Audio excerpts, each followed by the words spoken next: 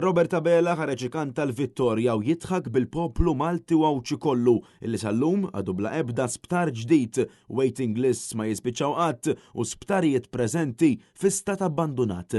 Dan huwa dak illi ħareġ mill-konferenza tal-aħbarijiet illi sejjaħ il-Partit Nazzjonalista propju quddiem l-isptar San Luqa, wieħed mill-isptarijiet illi suppost ġew rinnovati sabiex il-poplu jieħu l-kura li jixraqlu.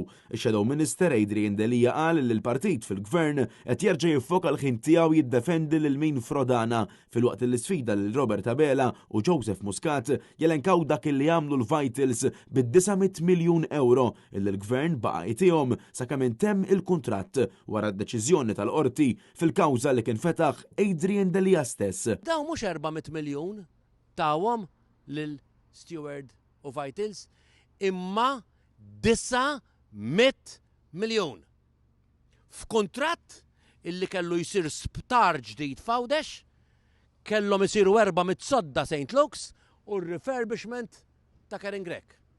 Ejjew hawnhekk. Nistieden il-Joseph Muscat li jiġi hawnhekk, nistieden. Anzi nisfida lil Robert Abela li jiġi hawnhekk mal-kabinet kollu tiegħu li għamel minn kollox biex iwaqqafna milli nirbħu l-isptarijiet lura biex jgħidilna fejn huma id-900 miljun. Apparti minn hekk Adrian Delija stqarru wkoll li l-gvern mhux biss qed jitħaq bil-poplu iżda qed jaħbi l-verità sabiex jiddefendi l-interessi ta' dawk l-istess nies illi kienu kompliċi ma' Vitals u Steward f'dan l-akbar skandlu fl-istorja ta' pajjiżna.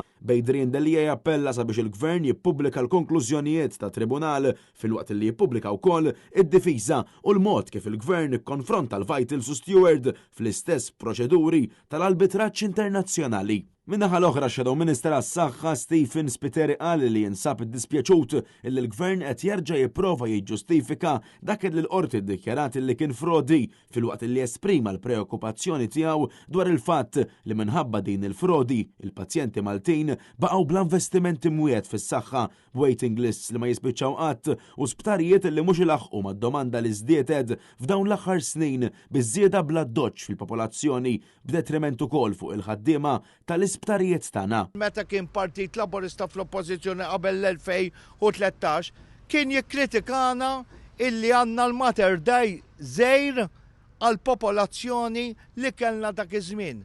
Mela llum x'għandna meta l-popolazzjoni esplodiet u għandna l-istess sptar wieħed. U mbagħad taqra l-budget li ressaq il-Ministru tal-Finanzi u tal-Traqeħlem u traqeħlaw biex nirranġaw wards ġewwa l-istess Mater Dei flok pajjiżna qed igawdi minn sptar ieħor. Intant Stephen Spiteri qal li l-Gvern Laburista m'għandux għal qalbu s-saħħa tal-poplu Malti għaliex wara li kien jaf li ser jabbil il-pajjiżna beluf ta' ħaddiema barranin mhux talli ma investix sabiex is-settur tas-saħħa ilaħħaq mad-domanda iżda talli ser ikollna nħallsu 5 miljun euro oħra lil min ma ġabx l-investiment li wiegħed.